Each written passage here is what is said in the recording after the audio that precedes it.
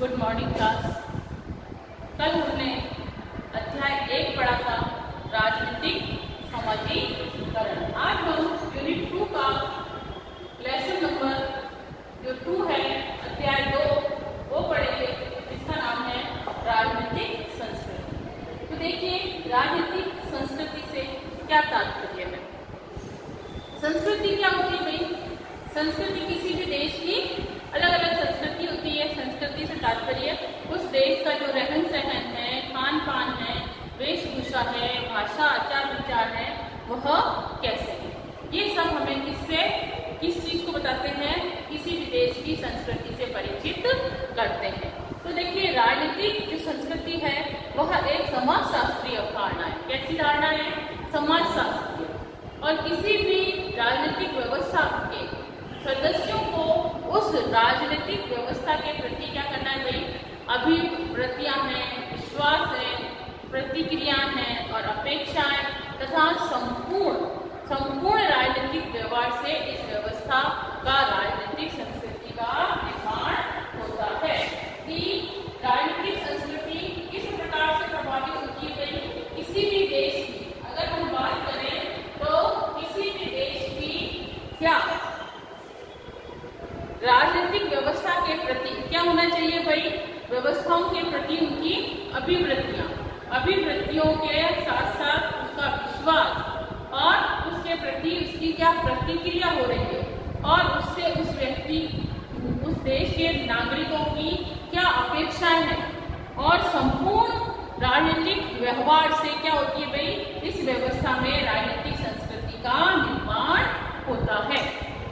राजनीतिक संस्कृति उस व्यापक सामान्य संस्कृति का हिस्सा है जिसमें समाज के सदस्य अपने मूल्यों, भावनाओं को, मनोवृत्तियों को, विश्वासों को और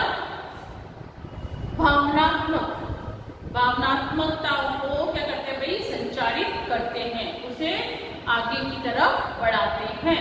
समाज के अंतर्गत बहुत से सदस्य हैं और बहुत से लोगों का अपना अपना दृष्टिकोण है। वह अपने अपने दृष्टिकोण के माध्यम से कार्य करते हैं। जब इनका अलग अलग, इनकी मनोवृत्तियां अलग हैं, विश्वास अलग हैं, भावनाएं अलग हैं, तो इन सभी के द्वारा व्यक्ति के अंतर्गत क्या होता है भाई? किसी भी देश की राजनीति का क्या होता है भाई? संस्कृतिकरण होने लगता है। इसी प्रकार से अगर हम देखें कि एक सामान्य जीवन पद्धति और दृष्टिकोण का विकास भी किससे होता है? सामान्य संस्कृति से ही होता है।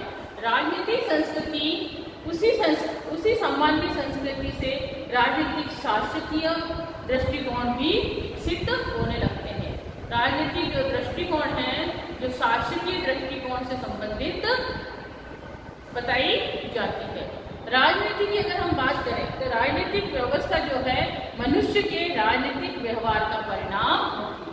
कि राजनीतिक व्यवस्था किस प्रकार से सुचारू रूप से काम करेगी, तो व्यक्ति किस प्रकार का व्यवहार करता है, किस प्रकार से गतिशील होकर उसके अंतर्गत कार्य करता है, तो ये सब उसको प्रभावित करेगा। कौन?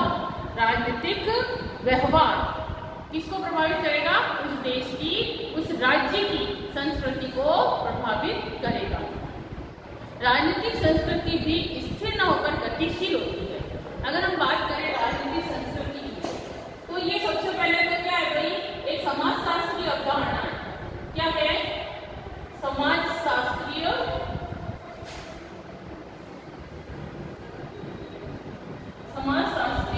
अवधारणा है। क्योंकि समाज में रहकर ही व्यक्ति की संस्कृति वर्जित होती है। दूसरा, ये क्या है? राजनीतिक संस्कृति क्या है भाई? राजनीतिक संस्कृति जो है एक ऐसी अभिव्यक्ति कह सकते हैं। राजनीतिक संस्कृति जो है स्थिर न होकर क्या है भाई? गतिशील है। ये जो है गतिशील, इसमें गतिशीलता का लक्षण जो है वह दिखाई देता है।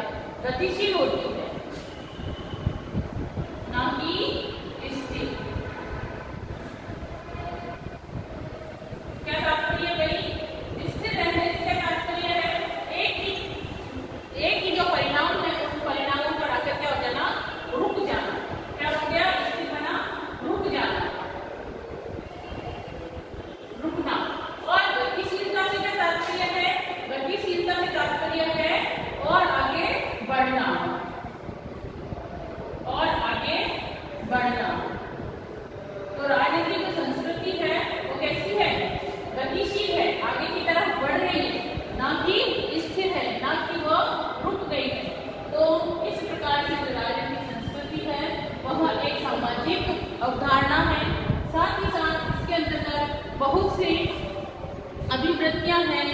है ना, प्रतिक्रियाएं हैं, विश्वास है, भावनाएं हैं, अपेक्षाएं, इन सभी के कारण राजनीतिक संस्कृति अभिव्यक्त की जा सकती है।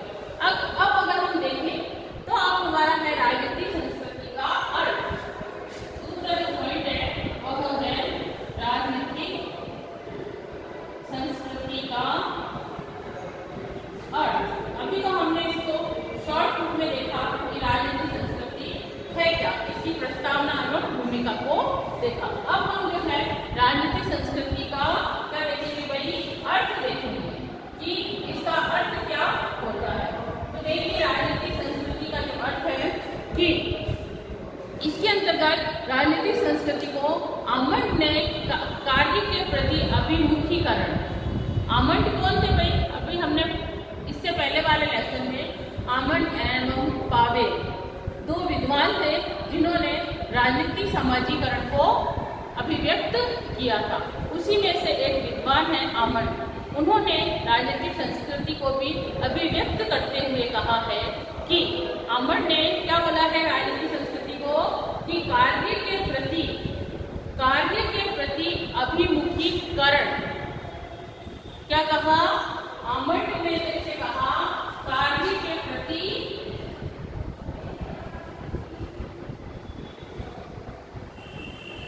आमंड के अनुसार क्या है भाई, कार्य के प्रति अभिमुखीकरण।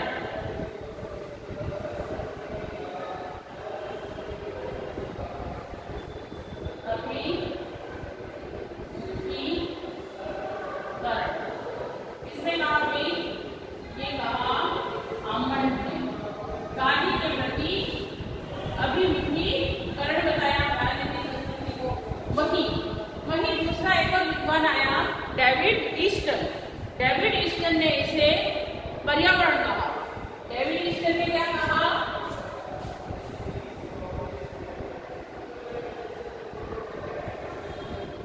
डेविड ईस्टन ने इसे पर्यावरण की उपमा दी। पर्यावरण, डेविड ईस्टन ने इसे पर्यावरण माना। वही स्पीरो जो था उसने राजनीतिक शैली नाम से उद्धृत किया है।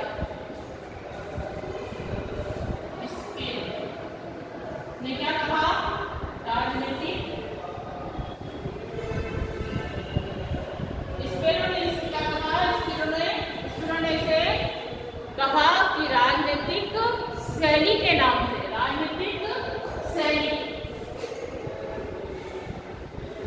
राजनीतिक शैली के नाम से उद्धृत किया है, यानी राजनीतिक शैली की अवधारणा ये दी है। तो अगर हम राजनीतिक संस्कृति को देखें तो इसके अंतर्गत आमंड है, डेविड ईस्टन है, स्पीरो है, इन्होंने अपने अपने अनुसार राजनीतिक संस्कृति को क्या किया है भाई, अभिव्यक्त करने की बात कही है, अभिव्यक्त किया है। राजनीतिक संस्कृति को विकासशील देशों के संदर्भ में सर्वप्रथम अवधारणा के रूप में प्रतिपादित किया है वह आमंड, और इसका दूसरा जो विद्वान शास्त्री था पावेल। इन दोनों ने मिलकर इसे एक व्यापक परिभाषा के रूप में अभिव्यक्त किया है। आमंड और पावेल के अनुसार अगर हम देखें तो उसने कहा कि राजनीतिक संस्कृति जो है वह राजनीतिक संस्कृति किसी राजनीतिक व्यवस्था के सदस्यों की राजनीति के प्रति व्यक्तिगत अभिवृत्तियों और उन्मुखताओं की शैली है। क्या कहा उन्होंने कहा, आमंड और पावेल ने कहा कि जो राजनीतिक संस्कृति है वह किसी राजनीतिक व्यवस्था के जितने भी सदस्य हैं, जो भी राजनीतिक व्यवस्था में लगे हुए सदस्य हैं, उन सदस्यों की राजनीति के प्रति क्या है भाई, व्यक्तिगत राजनीति के प्रति उनकी व्यक्तिगत अभिवृत्ति और उन्मुखताओं की शैली है। किसने कहा, आमंड और पावेल ने ये बात कही। एक और विद्वान हुए जिनका नाम है एलन बॉल। क्या नाम है भाई, एलन बॉल। एलन बॉल ने भी अपने विचार राजनीतिक संस्कृति के प्रस्तुत करते हुए उन्होंने एक पुस्तक लिखी। एलन हॉल द्वारा एक पुस्तक लिखी गई है जिसका नाम है आधुनिक राजनीति और सरकार। इनके द्वारा एक पुस्तक का निर्माण किया गया, पुस्तक लिखी गई है जिसका नाम है राजनीति और सरकार। एलन हॉल ने राजनीतिक संस्कृति को स्पष्ट करते हुए या समझाते हुए एक पुस्तक का निर्माण किया जिसका नाम है राजनीति और सरकार। इसके अंदर एलन हॉल कहते हैं, इस पुस्तक में इन्होंने राजनीतिक संस्कृति को परिभाषित करते हुए कहा है कि राजनीति जो संस्कृति का निर्माण है, समाज की उन अभिव्यक्तियों, विश्वासों व मूल्य के समूह से होता है। उन्होंने क्या बताया? उन्होंने बताया कि जो समाज का जो निर्माण हो रहा है, राजनीतिक संस्कृति का जो निर्माण हो रहा है वो समाज की किसके द्वारा हो रहा है? समाज की अभिवृत्तियों, साथ ही साथ उसका विश्वासों और मूल्यों के समूह से होता है, जिसका राजनीतिक व्यवस्था और राजनीतिक विषय के साथ क्या है भाई? संबंध है। राजनीतिक व्यवस्था और राजनीतिक विषयों के साथ घनिष्ठ संबंध बताया है। किसने भाई? एलन हॉल ने। एलन हॉल ने बताया है अपनी पुस्तक राजनीति और सरकार के अंतर्गत। वहीं अगर हम बात करें तो नेक्स्ट जो विद्वान है वह है लुसियन पाई। लुसियन पाई जो है वह राजनीतिक संस्कृतिकरण को अपने विचारों में अभिव्यक्त करते हुए क्या कहते हैं? तो देखिए, इस सबने अपनी अपनी परिभाषा दी है जिसमें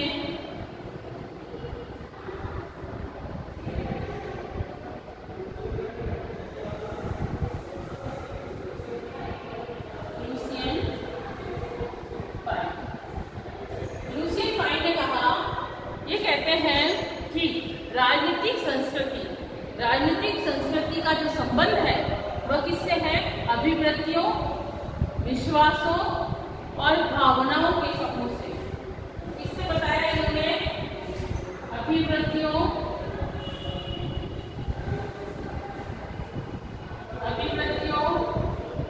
भावनाओं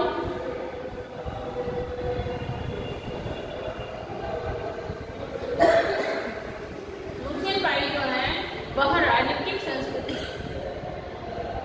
को परिभाषित करते हुए कहते हैं इनका जो संबंध है वह किससे है?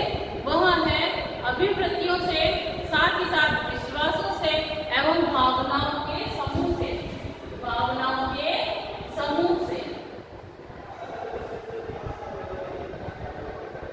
अभिवृत्तियों, विश्वासों और भावनाओं के समूह से किसका संबंध बताया है? राजनीतिक संस्कृति का संबंध बताया है। और उन्होंने कहा कि इसके अंतर्गत जो राजनीतिक प्रक्रिया को क्या माना है? व्यापकता तथा सार्थकता प्रदान करते हैं और ऐसा कहते हैं कि इसके अंतर्गत जितने भी अंतर्निहित विचार और नियम प्रदान करते हैं जो राजनीतिक व्यवस्था को राजनीतिक व्यवस्था के व्यवहार को क्या करते हुए नियंत्रित करते हैं। तो इन्होंने अपने विचारों में अभिवृत्तियों, विश्वासों और भावनाओं के समूह को विशेष स्थान दिया है। वहीं सिडनी बर्बा एक और विद्वान हुए। सिडनी बर्बा की अगर हम बात करें तो इन्होंने भी अपने शब्दों को राजनीतिक संस्कृति के अंतर्गत स्पष्ट करते हुए कहा कि राजनीतिक संस्कृति में अनुभव जो है वह विश्वास, पहला तो इन्होंने क्या बताया? अनुभविक विश्वास। दूसरा बताया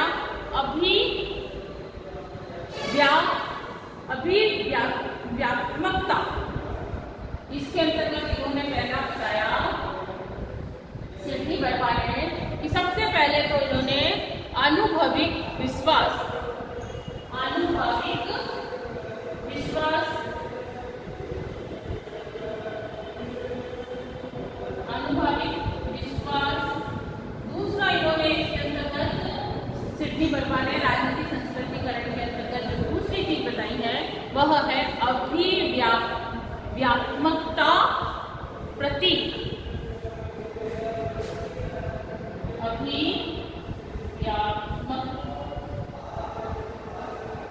अभिव्यात्मक विश्वास, अनुभविक विश्वास, और दूसरा है अभिव्यात्मक प्रतीक,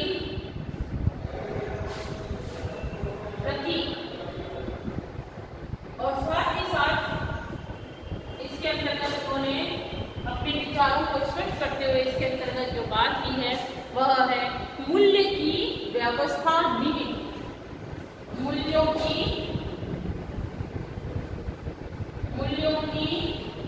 व्यवस्था निहित की है।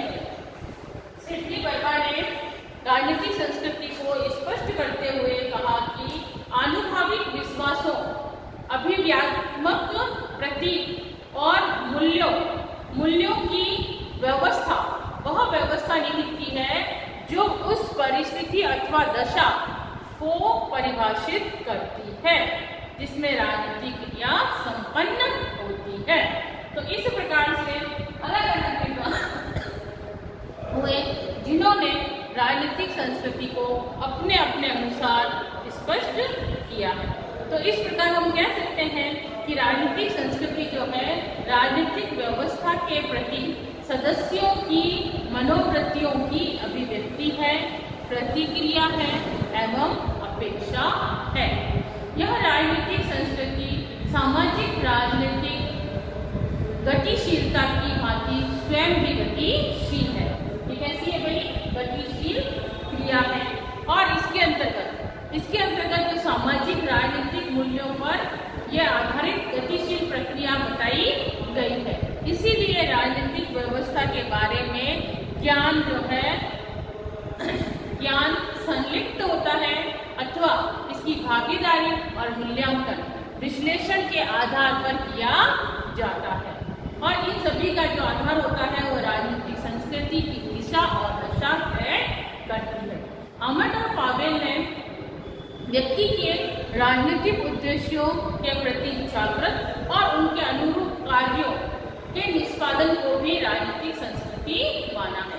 आमंड और पावेल जो है वो राजनीतिक संस्कृति को स्पष्ट रूप से व्याख्यात करते हुए परिभाषित करते हुए कहते हैं कि राजनीति के जितने भी उद्देश्य हैं उन उद्देश्यों के प्रति क्या होनी चाहिए भाई? जागरूकता, है ना, उनके प्रति जागृति होनी चाहिए और उनके अनुरूपी कार्यों को अंजाम दिया जाना चाहिए।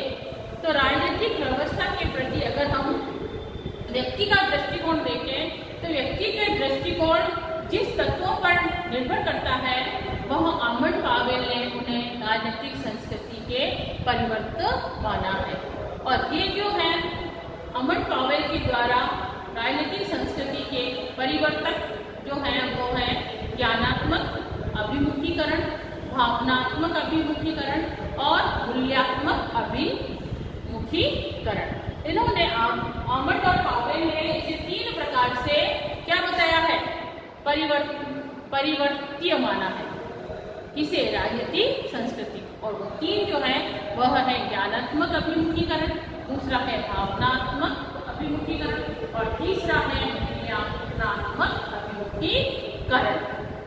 तो ये था हमारा राजनीतिक संस्कृति का अर्थ और परिभाषा, जिसमें अलग अलग लोगों ने अलग अलग इसे परिभाषित किया है।